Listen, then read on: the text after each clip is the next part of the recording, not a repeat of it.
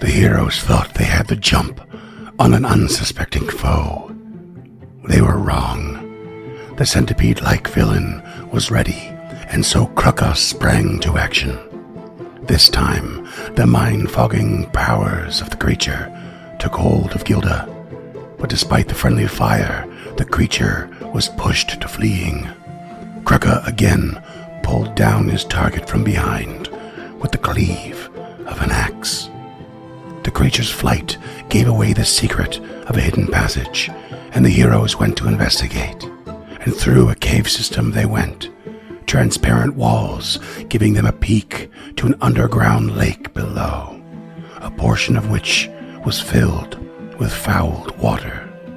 Heading back and checking in on what the centipede creature was observing, the heroes saw a scaly creature in the room below, as well as a teleportation circle that connected to the floor above. The heroes headed up in order to access this room via the circle, and as they searched the bloodstain area, the scaly creature stirred and attacked, blasting them with high-pitched sonic attacks. Realizing the creature saw only through its hypersensitive hearing, and that they were severely outmatched, Tulok deafened the creature with his staff of necromancy, and Gilda sounded the retreat. Hey there, creatures and denizens of the North. We have a favor to ask of you. We want you to go out there and tell one friend about our shows. Word of mouth is so important for a grassroots network like ours, and each and every one of you can help a new listener find us just by mentioning one of our shows to a friend, a DM, or some rando in the streets that looks chill. We'd also like to remind you that we've got a free public Discord where some of our most dedicated fans hang out at unchartednorth.com/Discord. We'd love to hear from you. The good, the bad, and the ugly. Bring it on. And if you really like what we do, you can help us create these shows and get some cool other rewards while doing it at patreon.com/unchartednorth. That's it. Enjoy the show, baby!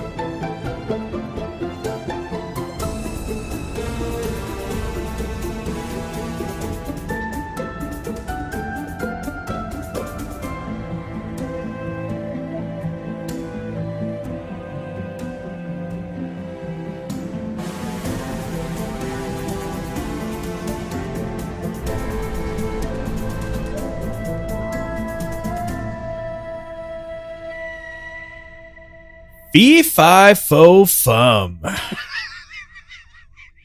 Welcome back, listeners, to another episode of Cinnamon the Tad. Did I slip over that? Yes. Did you just welcome them back to Cinnamon the Tide? That's my stripper name. I was hoping you were going to rhyme with fee-fi-fo-fum. Nope, because the only thing I can think of is bum and dumb. Fee-fi-fo-fum, I could use some cinnamon bubbly gum.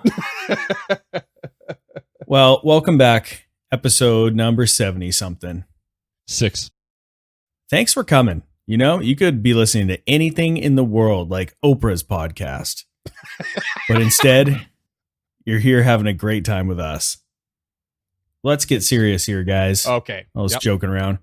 I recently was on Kickstarter, which is something that I enjoy doing, and I was looking at freaking board games and role-playing games and tabletop war games, which I fucking love doing. So I was wondering, you guys are fucking nerds. Do you have any games that you like? Board games? Maybe let's go board games, because I feel like we've talked about TTRPGs and war games. So, Freeman, what's your thoughts on games aboard? I used to play Sorry a lot when I was a kid, which I'm now thinking might be a very Canadian thing. don't know. Yeah. It's fun getting into trouble. There's a lot of sorry. Trouble was one we played a lot as well. It had the little thing in the middle, right? Where like it was a little dome in the center, and you popped it, and it rolled all the dice for you. Forgot about that one. But I don't know. I just played a lot of those random chance ones when I was a kid. I have not played much more as an adult. I wish I'd played more. Board games can be really fun.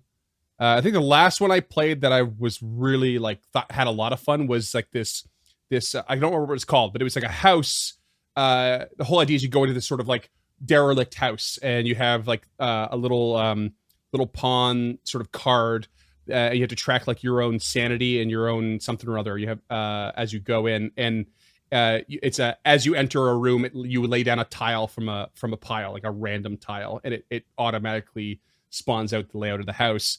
But there were like something like 50 plus different scenarios that you could do in the house. So the one we played was that there was a bomb in the house, and we had to like find the bomb, and one of the players was secretly trying to stop us from finding the bomb because they're the one who planted it, or something like that. And it was really fun. Every time you go into a room, there might be an item, and it might help you, and you have to like kind of narrow your way down into it. And so there's a lot of secret stuff in the background, and then all this active random stuff. It was super cool. That sounds great. And listeners, shout out in the Discord or on the socials if you know what the fuck this guy's talking about, or if he's just making it up. It was a really random like group of people that I didn't even really know. It was a totally random experience, but it was really, really fun. The one before that I can think of, the only other thing that comes to mind is Scythe, which is like a sort of smaller scale but little more intense version of Risk, and it was pretty cool. Yeah, really, really fun. Duncan, you look like you went through a Catan phase. Yeah, I absolutely did. I'm looking at two boxes right now. One's the normal one, and then one's the Explorers and Pirates one, where we have yet to finish one of those games, but you like build out the island, you split it in half and put an ocean in the middle and all that kind of fun stuff.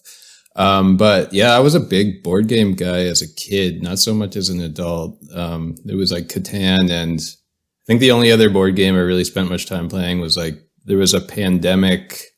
Like Pandemics was a pretty, I think it's called Pandemic, is the really popular kind of like, it's like you're stopping a disease from spreading, but there's a Cthulhu based one. But cool. When I was a kid, we had a bunch of weird ones, and I'm going to rattle off the top 5 for you real quick. Let's go. Number 1, It from the Pit, baby. Okay. Never heard of it. You're just going around a circle, and there's a little a circle that is the pit, the titular pit, and then the titular it is a little like monster that you press a button, and a really noisy, crappy like servo motor goes, and the it claws at the path, and sometimes it pulls you in. That's great. Okay. That's kind of fun. Yeah, that's hilarious. Before that, there was Rebound, where you've got like little discs that you're flinging at some elastics down a little like kind of shuffleboard thing. I don't know if you ever played that one. I feel like I played that one. Yeah, that sounds familiar. Fun. Yep. Number 3 was Polarity, I think it was called. You had a bunch of magnets, and you had to like there were little magnetic discs, and you had to kind of stand them up on each other so they're kind of floating there, and you get points from that. I don't know. It was a weird one. I've never seen it in the store. I'm trying to find it. Number 2 was Hugger Mugger. I don't remember much about it. We played it a lot as a kid. Google it. Okay. And then number 1 is your classic, I'll say it, awful game, but played a lot of Monopoly as a kid, and I treasure those memories. Hey, man. Didn't we all? I like definitely Monopoly remember too. playing a lot of Monopoly, but I don't think we ever played it correctly. No, I don't. Yeah. No one ever played the rule where you're actually supposed to auction off a property if the person couldn't afford to buy it when they go on the square. Right, and that's game changing. You always had money in the middle that you got from free parking. At least we did. Mm-hmm. Yeah. And it usually ended in a fight, and that's just wholesome growing up. Yeah. Always in a family argument. James, board game guy? I'm in kind of the same camp as Freeman, where I wish I was more into board games. I kind of lost like 2 decades to where I didn't play a single one.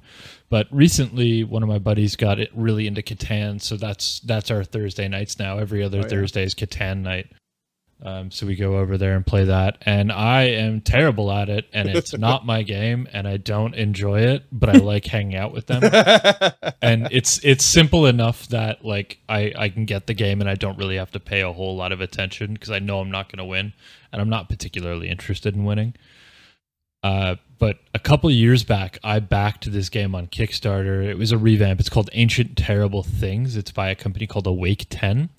This game I fucking love. It's like a pulp game, but it's all dice based, so it's D6 based. So you go in order. You choose one of 6 spaces where there's a face up card, and the card is like this eldritch horror that you're supposed to face, and the way you face it is by rolling dice. You take like sanity loss, and if you beat it with your dice roll, you get it, and that's how you rack up points. And it is an awesome game. It's very simple to play, very complicated to master, and that's what I love about it. But in general, I just wish I played more. I wish I had like a board game group of friends as opposed to just a Catan group of friends. Yeah, you got to get them to mix it up a little bit. Yeah, and they do. They're good about it. I feel like if we had more capacity to produce more content on this network, that's something we would be doing. We'd have a camera down on a table, and we'd be playing board games on camera and putting it on YouTube or something. Meeting once a week for that, trying new ones out. By the way, I did a quick Google search with some awkward lingo, and I think the house that the game that I played was called Betrayal on the House at the House on the Hill. Betrayal at the House on the Hill, or something like that. Oh, nice. Okay. Yeah, I think that's what it was. And before we get off the subject, just because I heard this in a podcast recently, a board game is not a board game because of the board that you play it on. It's just referring to the table that it's played on. Oh, interesting. I thought it was referring to the fact that it's something to do when you're feeling utterly bored. I didn't. All right. Well, I'm just gonna shout out a couple games that I used to love. One was Labyrinth. Ooh, I love that Labyrinth. Yeah, that was a great one. Co-created by David another Bowie. one. No, and another one is Nightmare, I believe, and you had a VHS tape that you went along with it. Mm-hmm. Oh, shout out that game. That rings a bell. Yeah, that's right. And he called you little maggots and stuff like that. Yeah, I think I remember that. Good game. I was a big Heroes Quest game, which was kind of like a D&D game almost. Mm-hmm. Just played on a board, and it had minis that came along with it. And then later in life, I got into Catan, and then a really good card game called Dominion. And I really want to play some of these new games that are coming out that like have apps, so the AI is basing what's going on in the game while you're playing. It's good times. Interesting. The future's now. Yeah. Yes. Since you're tracking them on Kickstarter, I actually would love to know what things stand out to you and what you're looking at, because that would be super fun to try and put some bonus content together for that.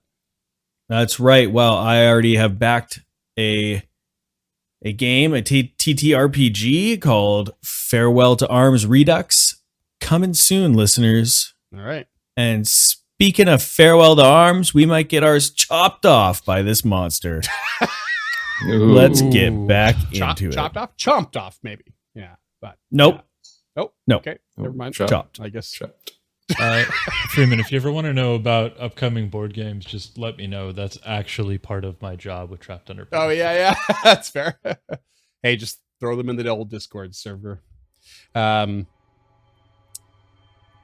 Yeah. I mean, yeah. Speaking of board games that are hard to win, this is one sort of playing. You know, mine is better. It is actually funny though how much people ask me like, "Oh, you play D&D? So like, do you win? Is it a board game?" They ask that all the time. You know, when people have no idea, and you're like, I guess it's like you can see the confusion because you have the map and the tiles and the blah blah blah blah. Yeah, and then you tell people that you play Pathfinder, and yeah, the questions I do. Yeah, I get all semantic about it, and then you just watch their eyes glaze over. If someone asked me that, I'd say I won every single time I killed one of your creatures. Got the most points. Yeah. But what's the bigger win? Every time you kill one of my creatures, or every time I've killed you? Which is I don't know. You haven't done that yet. never, technically. You bastard. Well, maybe it's coming up. Let's see. Yeah, you guys are currently sounded the retreat and are in need of licking your wounds because you just fought a ridiculous creature that you may now want to see if you know anything about. Now that you have reached some what's the word I'm looking for? Safety. Thank you. Respite. Respite. That was the word. I love the idea that he forgot the word for safety. I was trying to think of respite, but safety was actually a really good one. Well, all right. What's up? What's up, guys? What do you want to do? All right, what do you want me to roll on this stupid eyeless beast? Okay, so it's gonna wander back into the big room with the teleporter. Yeah. Through the staircase. And the first thing Tuak's going to do in his quickly in his desperation is try to figure out what the hell he just fought. Yep. That's totally fair. You can roll me a sweet occultism. Yeah, baby. Oh, terrible roll. Yeah, you have no idea. Damn it. That was a 20 for the listeners. It's supposed to be a secret check. Shut up. Oh, do you want to re-roll that for me? Staying in. Of course you want me to re-roll it. Yeah, that's right. It was a 4 on the die. Yeah. No, you have no idea. You don't know anything about it because you're other than what you saw that it used. What I will tell you, knowing you have a moment to think about it, is that it was using abilities that were very much like they were obviously very auditory and sonic. So like they had physical, like it was launching these like sounds that had a physical effect in the environment. That's all I'm going to give you with a fail, though. Krucka, have you ever seen anything like this before or read about it in one of your many books? I am nearly as blind as the creature itself, but let me think. I just rolled for you, Krucka. This is one of those rare moments where the degrees of success rules come into play. You rolled a natural 20. But it doesn't give you a critical success. It just gives you a regular one. Because your total is a 21. Bummer. Which would normally be a failure. What you do know is that this is called a Distraken. It is unlike what I think Lady Gilda has suggested, possibly being a flesh warp.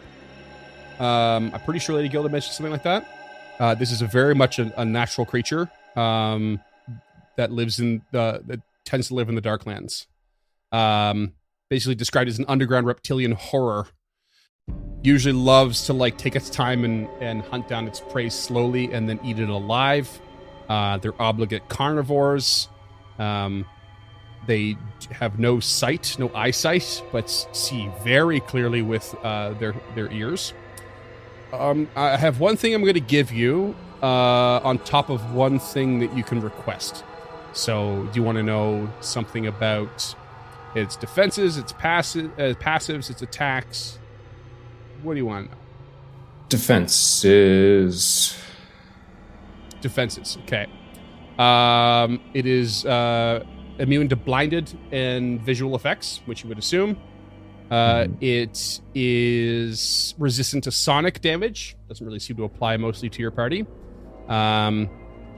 It has that also rolls over into a big bonus to saves against sonic effects. Its highest its highest save is a will, and followed by fortitude, and weakest is reflex. But that's pretty much it. The thing I'm going to give you on top of that is that the abilities that you had it used on you, take a certain amount of exertion, which means there is a recharge effect. So once they've been used, it's basically a 1d4 roll to determine how many rounds it has until it can use it again. So you basically minimum, once one of them is used, it has a minimum of one round where it can't use it, which might be an important note for a strategic opening for you.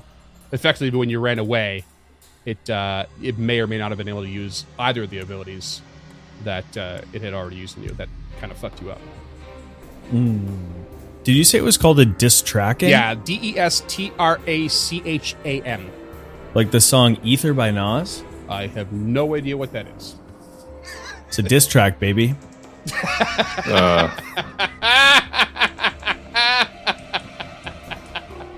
Damn, that was good. I never would have thought of that one. Which does remind me, you don't get a hero point for that clever thing, but you do get one for pulling the staff out and casting deafness on this creature. Nice. Because that was a clutch move. That saved the party. We're going to rest for at least an hour 10 to get everybody back to full. Krucka, can you run some repair checks on my shield? I'm down to 20 of 64. Okay. I wouldn't mind if you guys are cool with this taking a full rest. We can, but let's hustle back to that secret room where we have the keys for both sides. Yeah, we'll go back there. Or, no, I guess we're kind of safe in Jaffa Key's antechamber here. But a full rest is going to put us like 1 day, like, and then Jaffa Key's going to go. Or Shafram's going to leave. We're just going to rest here then? I have half my second level spells, half my third level spells, and none of my fourth level spells. Which is not the end of the world, just it could be better. Mm-hmm. Yeah, if that's how you want to play it, I'm game. I just want a full round before we enter combat to kind of set up. Okay. So are we doing everything here? Just chilling here? I'll repair your shield, rest up, and keep going. Let's move into this room here in the north. Just one room north of us because we're in kind of that busted ass antechamber south of Shafram. Yep. So if we move up into his antechamber, at least we'll be relatively safe in there. We've only got 2 exits as opposed to here we've got this massive fucking hallway that leads to the arena. Maybe we can ask Shafram if he knows any more about it. Or do we have something from Aklo that we needed translated as well? It was just the symbol on your head, and I think the chalk slate that you picked up from the Sugathi. Right. If we're going to rest for 8 hours, I'd like to just open up and if does one of these count as a research place? Like, does his room count as research, or am I just imagining that? It's a good question. You guys have not done research in quite some time. No. But let me just double check, because it's been a while since I looked at it.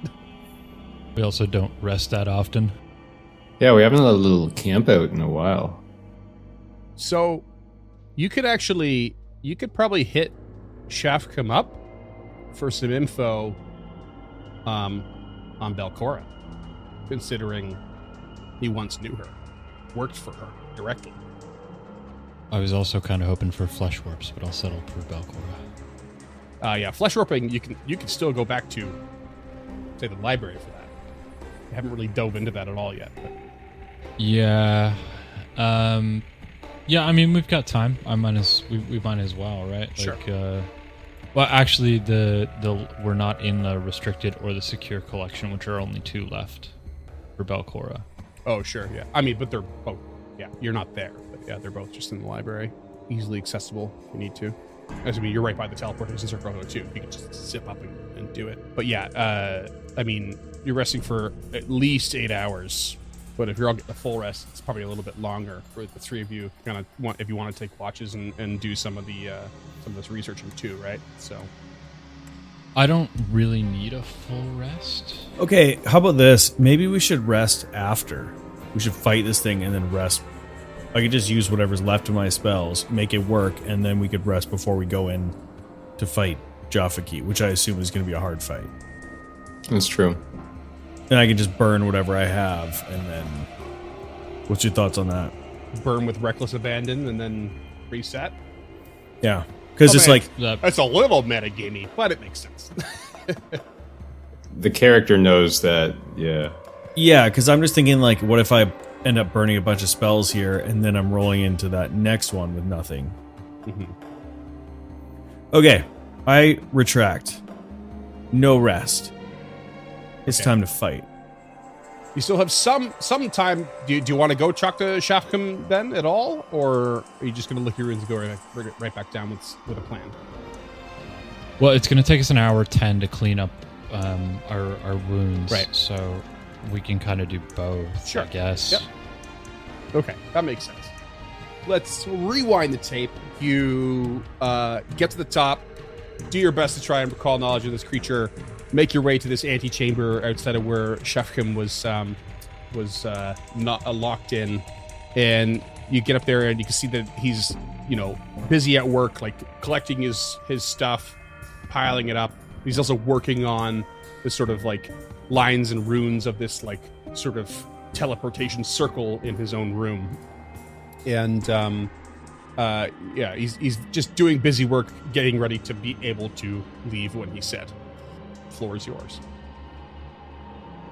So, thinking if we're going back to fight this thing, I have this. I'm not 100% sure it will work in this case, but a Boulderhead Buck that gives us a +1 item bonus to saving throws against effects that would make you stunned or stupefied. However, take a -2 item penalty to perception. Okay. Just throwing that out there, because I think a sonic-based kind of attacker might have that kind of trait. Yeah, you got hit by it and deafened. Stunned or stupefied. Which, yeah. Let me just double check the stat block here real quick. So it's important to note that perception will affect your initiative. But yeah, you were specifically deafened and stunned 2,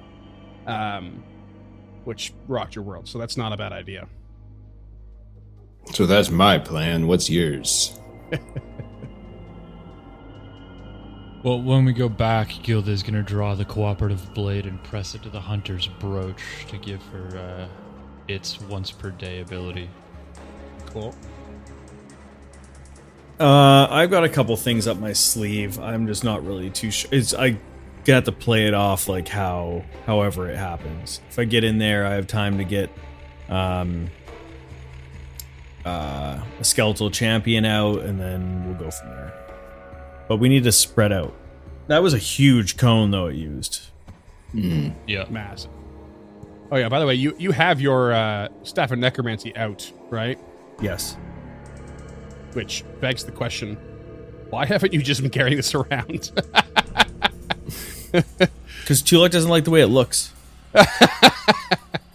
He's a dashing fellow. Just a mistake, you know?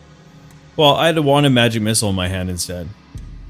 Because they'll tell you the real reason as well, though, is we've been fighting mostly undead, and a lot of the spells are useless against undead creatures. True, but holding the staff there's no downside for you. Yeah, but I can I had the wand and magic missiles instead. Yeah, but you can hold the staff and kind of hold it upright in one hand and still use the missile, right? Yeah, that's true, but then I have both hands. But then you do kind of have to drop one of them to cast one of your own spells, but yeah. Look, Freeman. I mean, you're done with the wand as soon as it goes off once anyway. So yeah. if you want to enter with a rod and a wand, drop the wand and then good to go. Yeah. It's not how Tulak rolls. Enter with a rod and a wand. I'm just saying that one extra round to cast that deafness, and it almost killed the party. It saved the party, but it also almost killed it. Fair, but how many other times would you know what I mean? We don't need to beat the dead horse here. I ain't carrying it around all the time. So Scott suck being it. the dead horse. That's fine. You do you. Okay. So you've got a boulder hair buck. Lady Girl's gonna do her thing with the brooch, which I forget what it is. It essentially just gives me a deadly D12. Tulak's got some things on his sleeve. Do you guys are you guys gonna approach? That's your before going down strategy. What are you doing with Shafkum? Are you gonna talk to him? You got the time? You said. That was James. What's up? I was just interested to talk to him about like research and stuff like that, but I guess we can always ask him if he knows anything about this distracting. But beyond that, Yeah, if you want to research, it's a minimum 1 hour, and then a DC 20 gather information check to sort of like guide the conversation in a way that gives you useful information. Where you can ask them to translate stuff or whatever. I don't have time to do that because I'm for that whole hour I'm treating wounds and stuff like that. So. Yeah, we'll be coming back after anyways. Sure. All right. Pass it over for now, and you guys head back down with your new strategy in mind. Tulok is going to go down with the scroll of paralyze in his hand as well, by the way. Okay. Oh, and Krucka is affixing a Bloodseeker beak to his head. I love this. Oh, God. Oh, no, he's not, because he's already got the Iron Cube affixed to his axe. Never mind. Oh, that's right. Forgot about the Iron Cube. You just got that. I think I'm good to go. Gilda offers a prayer to Aurori to thank him for her strength to make it through that. And then she offers a prayer to Erastil to steady her hand. And that offers the deadly D12 for 1 minute. So let's hustle. Well, in the land of the blind, the man with one eye is king. But in the land of the skunks, the man with half a nose is king. Oh boy. Dirty work there. All right, what's your marching order going back down? I think Gilda and Krucka take the stairs, and Okay. Tulok takes the teleportation portal, just to like try and get a leg up on it. But that's Tulok's call. I'll do it. All right.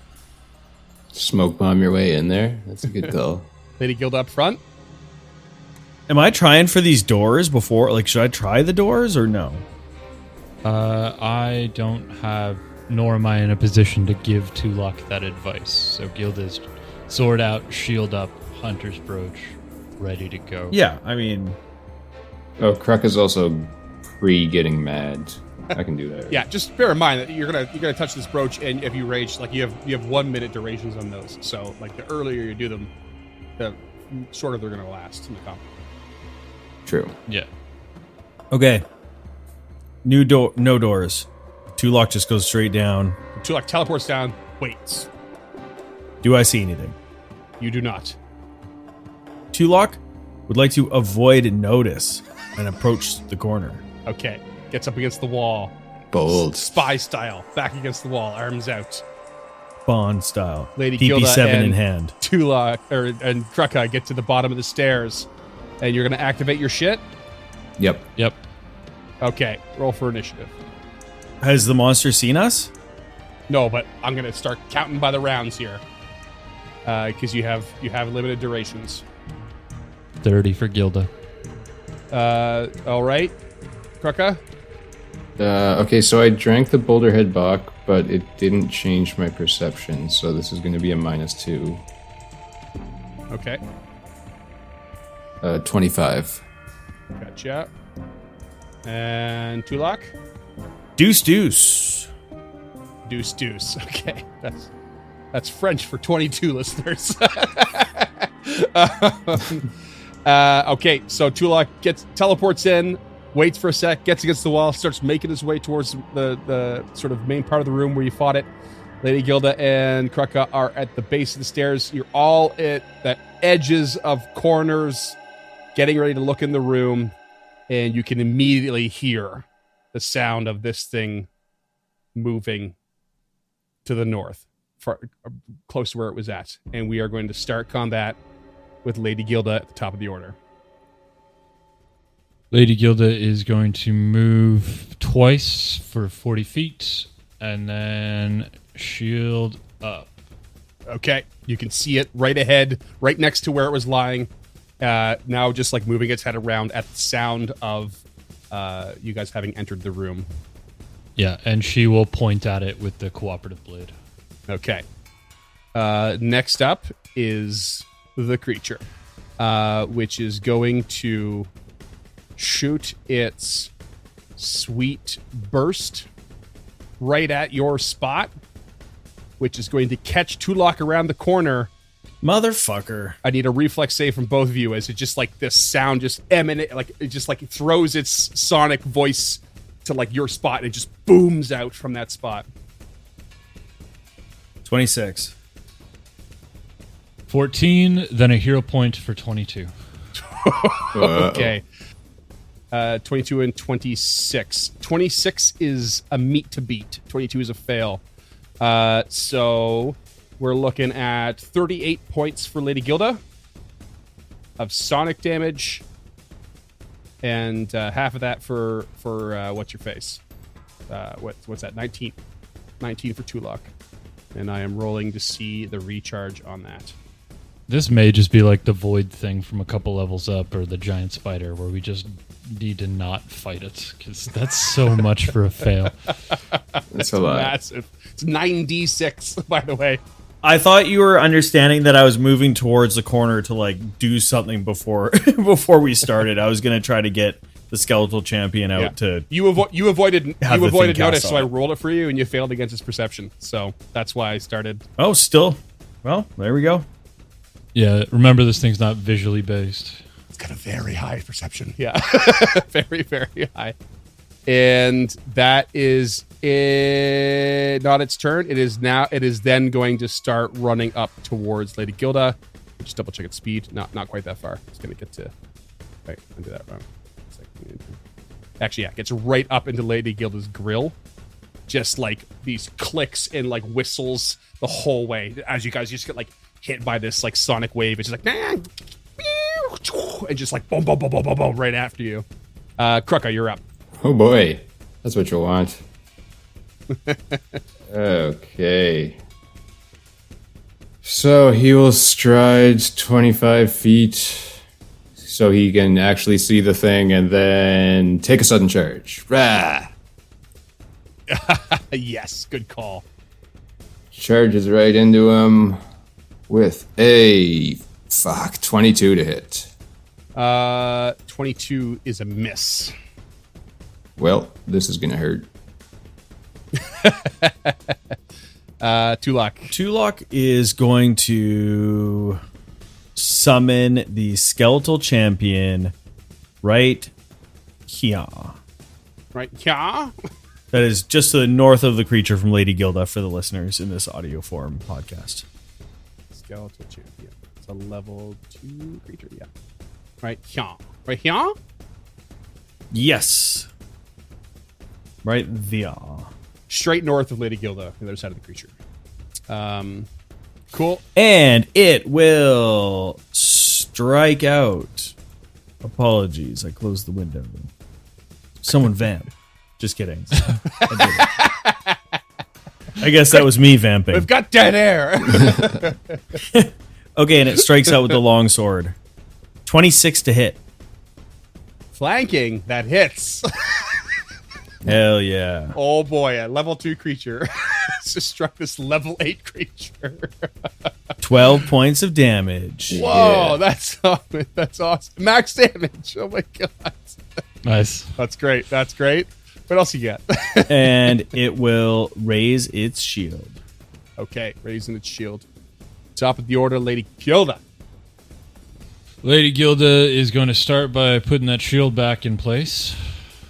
Mm-hmm. And then she's going to strike with the cooperative blade to see what happens. All right. That's an 18. Nope, that's a miss. Yeah, I'm not surprised. And she'll strike a second time with a map -5. That's a 23. No. Okay, so far I haven't rolled higher than a 12. So let's see if my luck keeps going. And that's in both of these combats. Yeah. All right, next up, the creature, which is going to, let's see here, repeat its pattern and drop a sweet,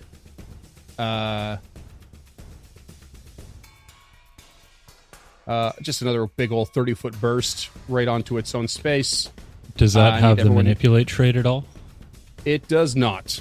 It's just another auditory, just like just out of its like the chambers, these sort of sound chambers in its head, just as this thing just like echoes out in this insane way. It's, by the way, very different from the other one. It's a sonic cry. Everyone roll me a fortitude save.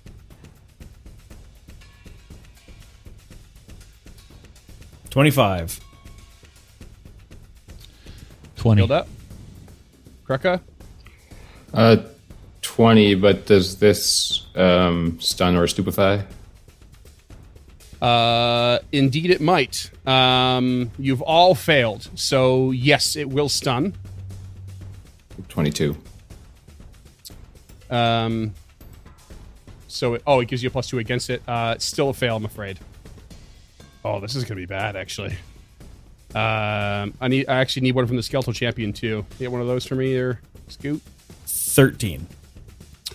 That's gonna be a critical fail. Okay, so all of you are deafened and stunned 2, making this next round very awkward. And the Skeletal Champion is stunned 3 as well as deafened. Although I'm not sure the deafened's going to really bother the the Skeletal Champion. And then this creature is also going to take a swing at Lady Gilda with its jaws for a 24 to hit. Nope. Not great. Kruka, you're feeling back to square one. You're deafened, by the way, which is for 3 rounds, and you're stunned 2, which means you get 1 action this turn. Well, he's gonna have to make it count then, won't he? Yep. 34 to hit. Oh, yeah, that's it. Is he flanking with the Skeletal Champion over there? Yep. Yeah, I would say so, but it's still not a crit. Yeah. Well, suck it, Burn. Not far off. Whoa, 34 damage. Holy crap, that's max damage. That's max damage. Suck it, Burn, indeed. Oh, no, it's not. It's not max damage, but it's close. You rolled 2 10s on 2d12. Amazing. Okay. Good hit. Really good hit. What? You hit it hard last time, too. That was Kruka, by the way. What? And then he hit it. Same deal. You're deafened, which might affect you a little more, Tulok, and you have 1 action this turn. Yep, Tulok will move 25 feet to the east. Oh, that means I lose Skeletal Champion, though, doesn't I was it? about to say it. Damn Yep. it. It's stunned 3. It can't do anything for the next 2 rounds anyway. Okay. No, yeah, Good call. it's technically not flanking until its next turn. Yeah. Or no, sorry, after this turn, actually. It's going to blow all of its stuff. Actually, no, that's a weird one. That's actually a weird one because it doesn't get actions unless you give it to them.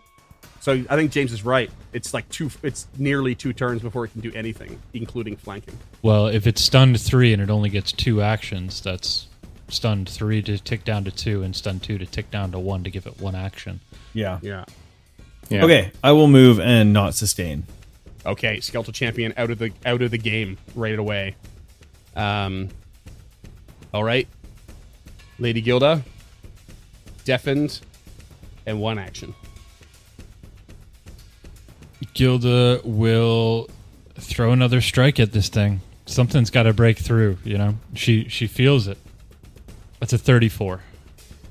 34 hits. 19 points of slashing. Great hit. Awesome.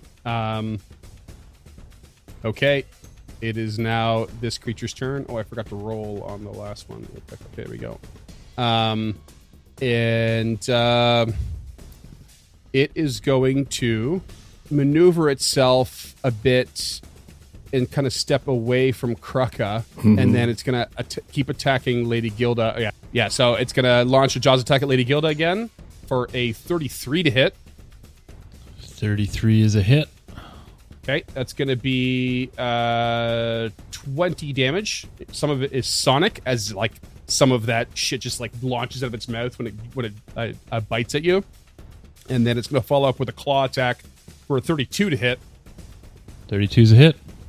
And that's going to be another 18 slashing. Kruka. Not looking Now's good. your time to shine. Okay. Yeah, Krek is going to move stride 20 feet to put the thing into flanking.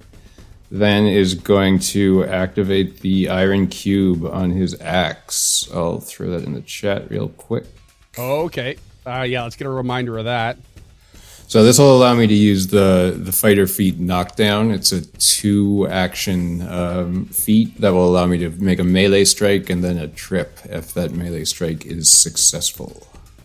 Okay, so when you activate, it's 2 actions to just like do that. Yeah, the activation is 2 actions. So first one will be the melee strike, and let's hope, because I don't have any hero points. 28, yeah. That hits, yep. So you'll take 23 damage. Okay. And then an Time to trip. athletics for a trip. Against my reflex, which is my lowest. Yeah, but this does get the map penalty, so Yep. 19. Not gonna do it. Wasn't far off though. You just smash this thing in the back and it's like kind of wobbling all over the place. You get a big, good hit in and it almost falls prone. Well, that's gonna do it. Yeah, hopefully it's almost done. Lady Gilda, what do you got? It's me. I mean, Tulak, what do you got? That was the worst Mario impression I've ever heard. It's I don't know. Chris Pratt's was pretty bad.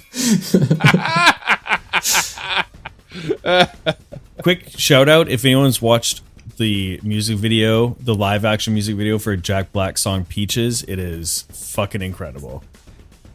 Anyways, check it out. Tulak will step 5 feet forward because Barn moved the creature away from me. And then I will cast Guidance on Lady Gilda because I only have 1 action left. Okay, yeah. So we have to look at Deafened here. Yes, I just had a DC 5 flat check. Motherfucker. Oh, we'll see. Nice. Okay, he did the research. Love this guy. What do you got? 13. It goes through. All right, cool. Guidance on Lady Gilda. Whoop lamb. And it's Gilda's turn. First action, she's going to use that guidance and throw the cooperative blade. That is a natural 20 for a 36. Fuck yeah. Oh, Yeah, baby. oh. Need Make that. them hurt how we hurt. Sorry, that's a 37 with the guidance. Yeah, that'll crit. Roll me your sweet crit damage. 14 points of slashing, and then max on the deadly d12 for another 12, so a total of 26, and the blessings of Erastil fade. Wait, was 14 doubled though? No, it wasn't. Sorry, I thought I hit crit. So 28 plus 12, so 40. 40? A little different. Well, the 28 alone did it. So describe your kill. Okay, so she feels this power from Tulak and is just mop, mop, mop. And maybe it's the quiet. Maybe it's Aurore's teachings that have taught her to focus in situations like this. But she sees this creature rear back from its latest onslaught, and she just stabs the cooperative blade up through its lower jaw and then out through the top of its head to pin its mouth fucking shut. Ooh. Yeah. Yes. And that's how it's done, listeners. Classic Dennis Quaid and Dragonheart. Yeah, exactly. Oh man. Okay, and you killed the distraction. Amazing. A little bit of preparation and forward knowledge goes a long, long way. And almost killing your wall again. 23 of 90 from 2 rounds. There's still one thing I didn't get to use. There's still one thing I didn't get to use, but I can't wait to talk about it later when we finally get our behind-the-scenes show off the ground. Don't promise things like that to the listeners. Yeah, We'll do it. That is getting cut. Who knows? When this comes out, maybe it's already happening. If one more person subscribes to the $10 tier on Patreon, I'll make it a priority. Deal. That's you, Todd. Come on, Kyle. Come on, Jimbo. You're holding out, Kyle, Mom. for the price of one monster a day. This thing goes down in this strange sonic whistling whimper. It did its damage, but it didn't have enough structural integrity to withstand your assault. The proverbial glass cannon. It didn't see that coming. Now the room is yours. What would you like to do? Lay on fucking hands immediately. We were talking about resting a whole night after that, right? Yeah, how much of a priority is that? It's- Yeah, or do we want to actually push forward? I assume we talk about it when the deafened wears off. we hastily scribble on the cave wall about it.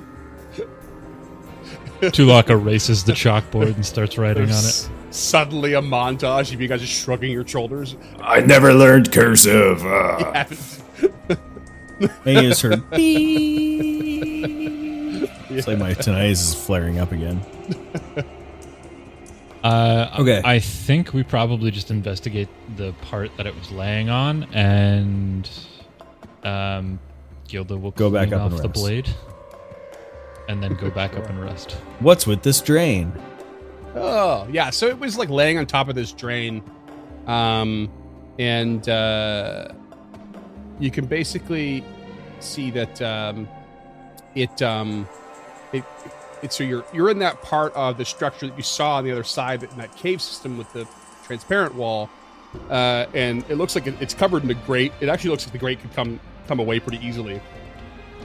And if you look down, you can see that the water is really dark. Looks like it's really deep. It also looks like it's been fouled a bit. And it kind of looks like it doubles as a drain as well as a well. Is that a poop thing? Fouled a little bit? Yeah. I mean, there's something in there that's like kind of like made it murky and dark. Full of chickens. Chickens because of foul. Come on, guys. It's those frog things that we Sparta kicked in there. Is there anything else up here? If we do a little search, it looks like there's things on the wall. Yeah, the things on the wall. Actually, that's gonna throw me off. On the map, there's like basically. Oh yeah, there's actually they are ladders bolted to the northern wall that extend about 5 feet to the transparent stone, but they don't allow access to the gallery, unless you find a way to render the wall ethereal, as opposed to just transparent and solid. Oh. Hey, have our things above our head changed? Nope. Gilda's is just a flexing arm now. Okay, so we head back upstairs and rest. You take the stairs or the teleportation circle? Teleport, it's cooler. Gilda's always going to opt for the stairs. Okay. In that case, when Tulak and Kruka take the teleportation circle, their symbol changes. Oh. Crockett doesn't notice because every time he goes through, he goes phew with his mouth. And it looks just like it changes to the symbol that Mershan had. Champion. Victor. That's my uncle's name. Champion? Victor Champion? No, it's actually neither. That was just a full-out lie. Oh. Well, How dare you try and deceive our audience in this game of make-believe? You cheeky It's bastard. not my fault they're a bunch of gullible idiots. he doesn't even have a mustache. Just kidding. Just so rude. Are you sure you're Canadian? I don't fit into social norms, nor pigeonholes. Social norms and pigeons. I feel like you're the most likely to fit into those. You got 3 Canadian tuxedos. You're a hipster with a mustache. You enjoy everything. How dare you? All right, so heading back up to respite. Thank you for that. What's the deal? I feel like this is like one of the simpler episodes we've done, but I'm enjoying myself way too much. I sleep. Suspicious. Tulok grabs a cot, goes for a rest. For the record, it's been a while since we bothered to do this, but if for a party size of 3 with a proper watch, it's like 12 hours rest. Yeah, I don't actually think I need a full rest. I will double check that, but I guess no. At These this point, these the are danger focus would be spells. Yeah, it's just Tulok does. Yeah, the 'cause focus he spells are fine. His spells. Tulok does. the Yeah. danger, the so- danger you'll face. The danger you'll face is being fatigued. What is the minimum to sleep? It's like 8 hours every 24 hours, isn't it? You have to sleep 8 hours within. You can gain the benefits of resting only once for every 24 hours. Rules. Sleeping in armor gets you fatigued. If a character goes more than 16 hours without going to sleep, they become fatigued. Right, So- but that's without going to sleep. Like I'm not talking about a full 8 hours. Like how many hours can I sleep without being fatigued? Is it 8 hours raw? Well, here's the thing: you've already been. If we assume you've been awake since about 8 a.m., and Tulok needs 8 hours of sleep, and you don't sleep, by the time he wakes up, you're probably going to be fatigued. I'm not saying she's not gonna sleep. I'm saying there's nothing on my character sheet that says I need a full 8 hours or a full night's rest. I have things that recharge Okay. the next day, but I'm wondering if I can get away with shortening that sleep to something like 6 hours, like what a soldier would actually sleep, or what James, Okay. actually sleep. yeah. I'm just trying to good buy us question. more time on the clock to get Shafrem or Jafaki. Quickly searching, I see here the 8 hours of rest do not need to be consecutive. However, and after, I emphasize that weird. The 8 hours of rest do not need to be consecutive. However, and after an interruption, characters can go back. It sounds like you need that 8, but we're not in that. We still have 24 hours, right? Like, Yeah, sounds like you need Yeah. it, but like if you sleep 4 now, you're gonna need to sleep 4 soon after Okay. in order to like make up for it. We'll just do the full 8 So then. that's a pain in the ass to calculate. Yeah, So no, that's let's up to just you do the guys. full 8. I'm kind of mad at Paizo for making it an 8 minimum because that's insane. I understand that that's what like an adult needs. yeah, but also we haven't been in hand-to-hand combat all day when you get your 6 hours. Yeah, yeah, okay, yeah. That's this fair. is your bookkeeping job. Yeah. You're fighting monsters. You almost That's died fair. twice. Okay. Justified. I bet you're fucking exhausted. You're carrying around a lot of bulk. Yeah, Yeah. Okay. Justified. you're not working for the city like Scott. Come on now, it's not easy. I sleep my 8 hours.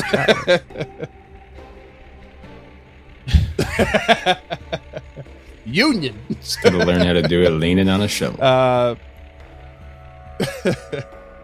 Okay, so you're going 8 hours, or are you guys doing the full 12 hours watch? We'll do the full 12 hours. That's the Yeah. question. Okay. All right. Gilda will take first watch and heal herself up. During that time, she is going to take off the cooperative blade and the hunter's brooch and lay them in front of her and personally thank the spirit of Menhimez and the spirit of the Rajani line all the way through with an emphasis on I can't remember who the hero was, but she will stop with her thoughts with Carmen. And Oh, are you talking about like Volrajani? yeah, Volrajani, yeah. So she'll thank Volrajani. Volrajani and Isefnam and Himes? Yeah, and Asefnam and Himes, specifically for their trinkets in that battle, because it was those two things that turned that tide for her. And she will also apologize to Carmen during, like, these aren't technically her morning prayers, but very, very close. She'll also make sure to doff and clean her armor before she goes to sleep, and retie the braid in her hair. Krakow will take second watch. he will find a reflective surface and thank himself for being so wise and cool.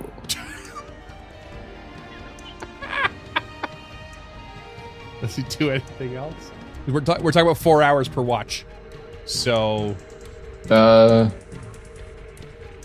if Shafram's there, I'd like to ask him about Belcora. sure. Yes, just keep it direct. I'm busy with my work. He doesn't stop organizing himself the whole time because the dude don't sleep. But yeah, he'll throw in some tidbits as you ask questions and explore, and you can roll me a it's a gather information, so I believe it's diplomacy. Oh boy. +2 untrained. For the record, is he missing a hand? Nope, he's not. Okay. The only person you've met recently missing a hand was the skulk that kept muttering to himself. That's what I thought. Just Guild is kind of wearing a mummified elf chain on a mummified elf hand on a golden chain, and she wants to make sure it's not triggering at all. Yeah, definitely a mummy, but not his hand. 3 on the die for a 5. So given that roll, Kruka's question will be, What was her vibe? So dumb. Don't pester me with such inane questions. If you have something of merit and value, then you may ask it. Otherwise, keep your trap shut while I focus. Is that his voice? yeah, that's pretty close. Kind of dry and like brittle parchment. That's what I was going for. Nailed it, bud. Yeah, well, foot securely in mouth, Kruka will end his watch. Yeah, I mean, you have 4 hours, so you're welcome to just keep plugging them for 3 more if you want. Okay. It's a +2. This is... Oh, second one was a 21. You never know. Okay, all right, yeah. You start just rambling at him. He's just kind of and then you say something. He's like, Oh, well, you do have a point there. and whatever it is you say, he starts to ramble a little bit as he's working, and you get 1 more point towards Belcora. Let's see if that actually.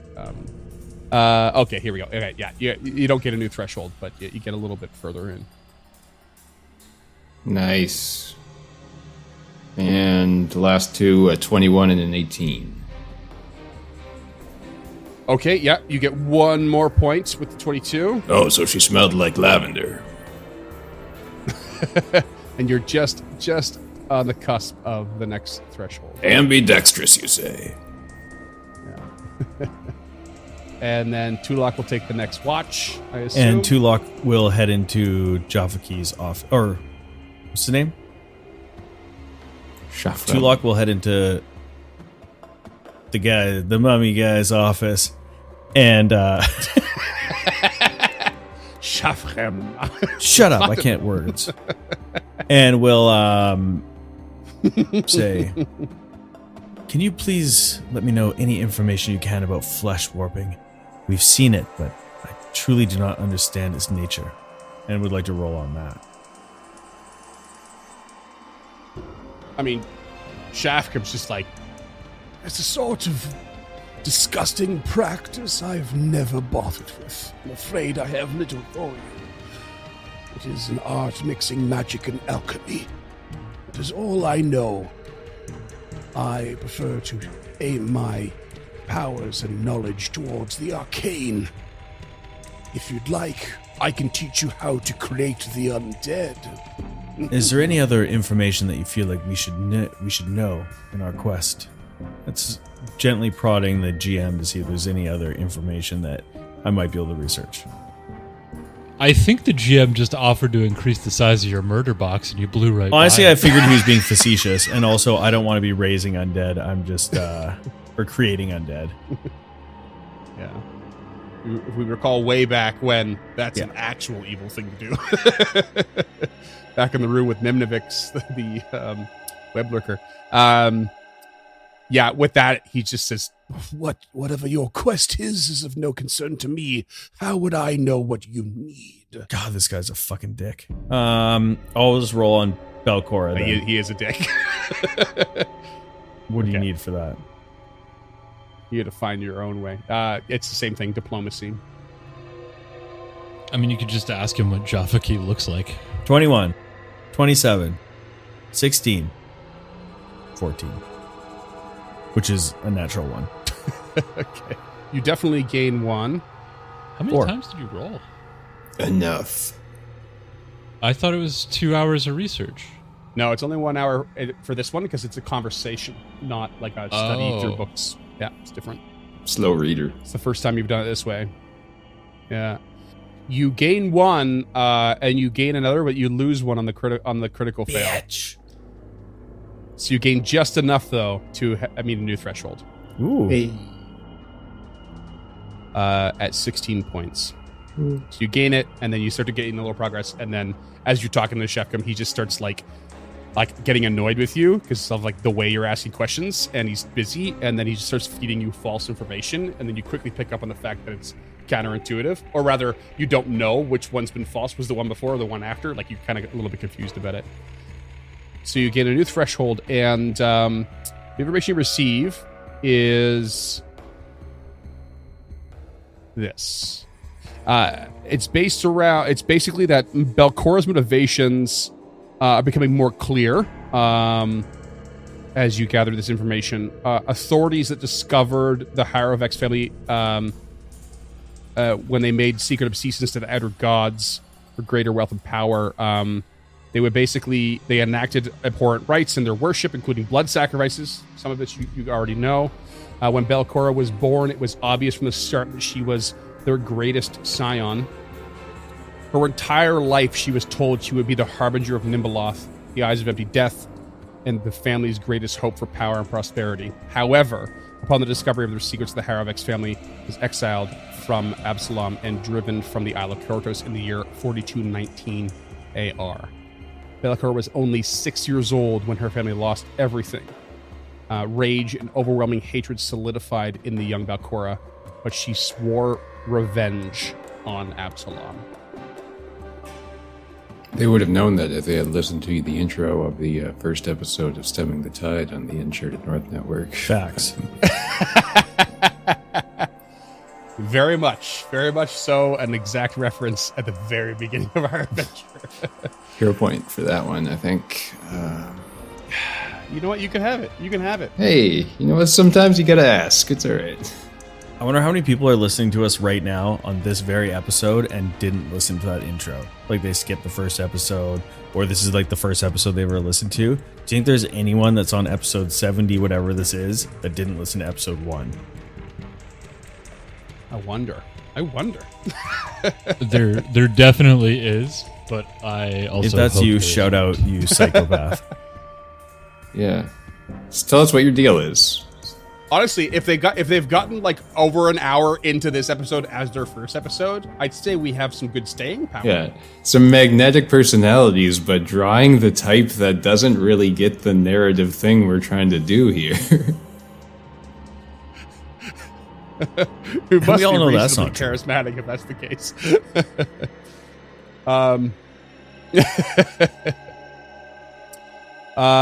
Yeah, cool. Amazing. Also, I want to throw out too, I've been sitting on it just for a few minutes, but in the spirit of being generous with the old hero points, I think Lady Gilda definitely deserves one for her role play in that simple, giving thanks and giving apologies to the powers that allowed her victory here.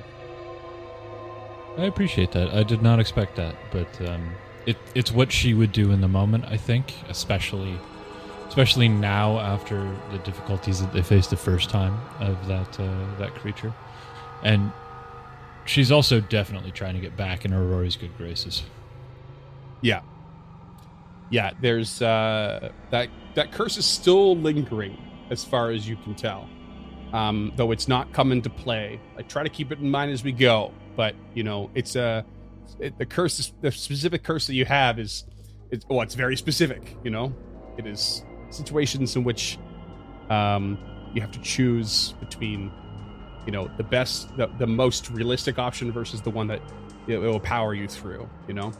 And not many of those have really come up since the curse came on.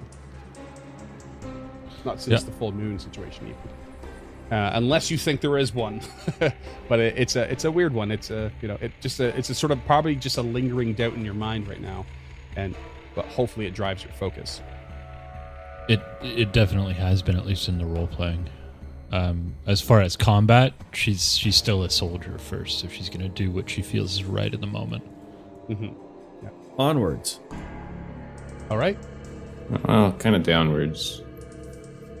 Yeah, I'm with Duncan on this one. Get it? Because we're dungeon diving? It's a metaphorical. Tulok's already walked out of the room. hyperbolic.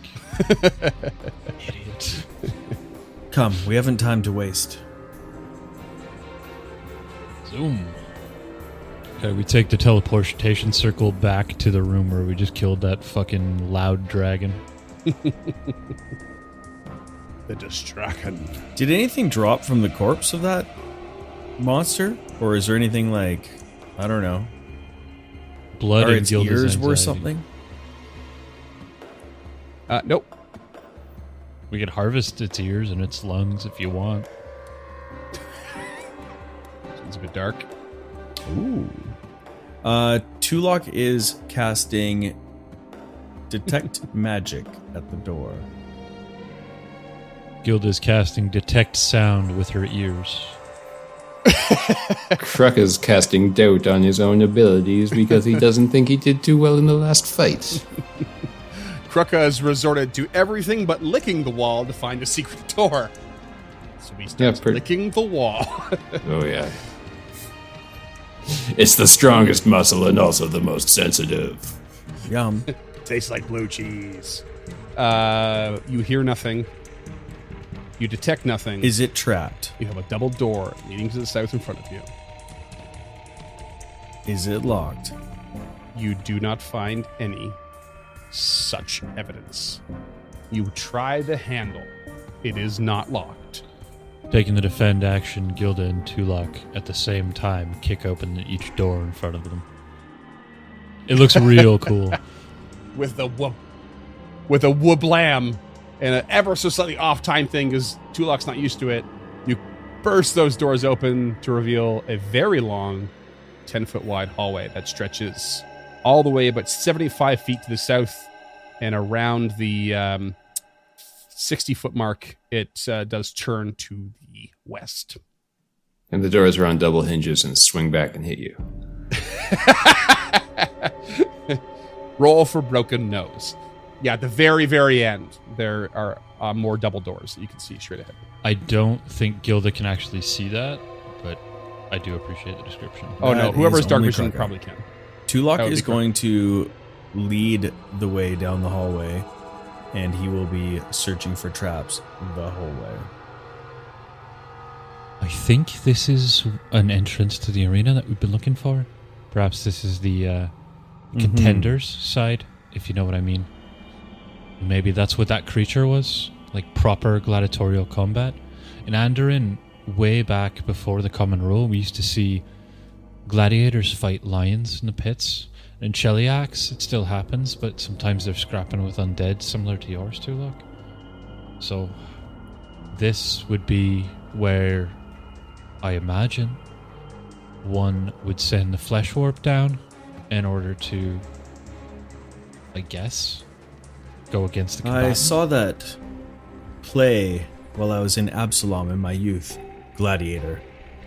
God, I sure hated that lord in it, but he was a good actor. Oh, did you see the one with the joking Yes, the phoenix? Joking Phoenix, indeed. What was the other guy's name? What was the other I guy's heard name? he was quite good. Tussled Crow, Crow. I think. He was Right. He was great. Hid his accent very well. both quite famous coming out of Absalom. Yes, the stage director, Scott the Riddler, was quite well known. I hate you all. And they head south. All right, so give me a marching order. Are you Tulok said you're leading? You falling behind? Or are you going to go side by side? Krucka, how far behind are you? Shield up, taking the defend action 5 feet behind and 5 feet to Tulok's right. Krucka? Krucka will go, let's say 5 feet to the northeast of Lady Gilda and scouting. Okay. Got to protect that lane. Oh, yeah. As you get into a position, Tulok like taking the lead real quick, and then Lady Gilda following, and then Krucka there, and you just take it a natural position, and you start to move in. And Tulok, as you reach about 15 feet into the hallway, you notice something. You notice ahead of you, about 15 feet ahead of you, there's like this ever so slight red mist. Like it's very, very hard to see. And it seems to be thickening. What do I know of this? It's like all these tiny... Ooh, good question. That's not a good color for mist, for starters. Yeah, with an occultism, Mist also doesn't normally thicken on its own. you start to immediately suspect that this might be a haunt lying in wait and blocking your way. And you have limited time because it is starting to like, it's all of a sudden this fine mist is turning into like really obvious globules of liquid forming in the air. And getting closer and closer together and growing bigger and bigger and bigger. And you start to hear a weeping I would like to sound. use...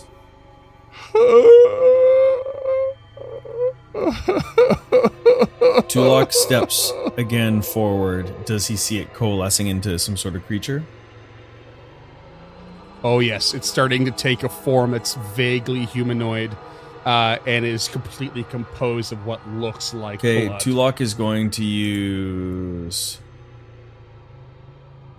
Graves' voice to attempt to speak to this thing. Oh shit! Okay, remind me of this, baby. It's just a archetype feat that allows me to use spirit lore or haunt lore to make an impression or request things of incorporeal creatures. Oh, okay. And at the GM's discretion, an incorporeal spirit may be willing to hear you out. Gotcha. Okay, cool. Why don't you go ahead and roll me that, and give me some RP, baby. All right, sweet thing. Ooh, I'll use a hero point. That was a 2 on a die for a 13. Not much better is a 20. And so Tulok approaches and says, "You there, spirit. I see you in the hall. Why are you crying?" And you just hear, why did they do that to me? Why did they change me, transform me, warp me? And this thing appears before you, this blood-soaked feminine spirit with that starts to reach up to her own eyes and plunge her fingers in and start to rip them out.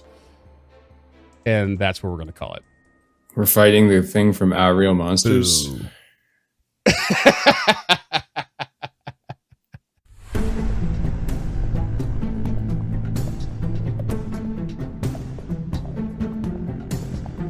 Stemming the Tide is an actual play podcast of the Adventure Path Abomination Vaults and is produced by the Uncharted North Network. Stemming the Tide uses trademarks and/or copyrights owned by Paizo Inc., used under Paizo's community use policy. We are expressly prohibited from charging you to use or access this content. Stemming the Tide is not published, endorsed, or specifically approved by Paizo. For more information about Paizo Inc. and Paizo products, visit paizo.com. Music is composed by Will Savino and artwork by Greyhood. Stemming the Tide is recorded remotely using Foundry Virtual Tabletop. If you wish to connect with us or support this project and projects to come, we can be found at unchartednorth.ca, patreon.com/unchartednorth, and on all major social media platforms. Links to all credits can be found in the episode description and our website. Thanks for tuning in.